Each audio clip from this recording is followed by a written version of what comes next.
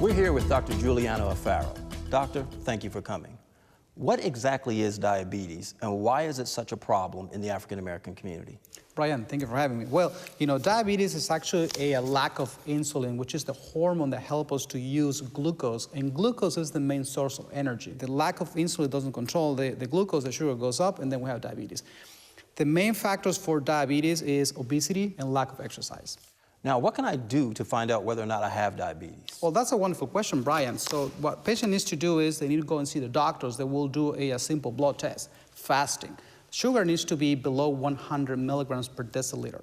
If the sugar is about 100 in a fasting state, well, something might be going on. Now, what happens if I have diabetes, I don't get diagnosed, and I never find out that I have it? The main symptoms are people are really thirsty.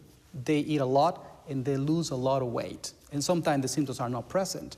So, the diabetes is so important to control it, because if we don't control the sugar, then the patient will develop really bad complications like, kidney failure, heart disease, stroke, and problems with the legs. Now, can you give us some tips on how to prevent diabetes? Well, remember that diabetes can happen for, if you are obese or overweight, but sometimes genetics plays a major role. If we know that our mom, dad, or uncle have diabetes, we need to go to the doctor and check the diabetes every year.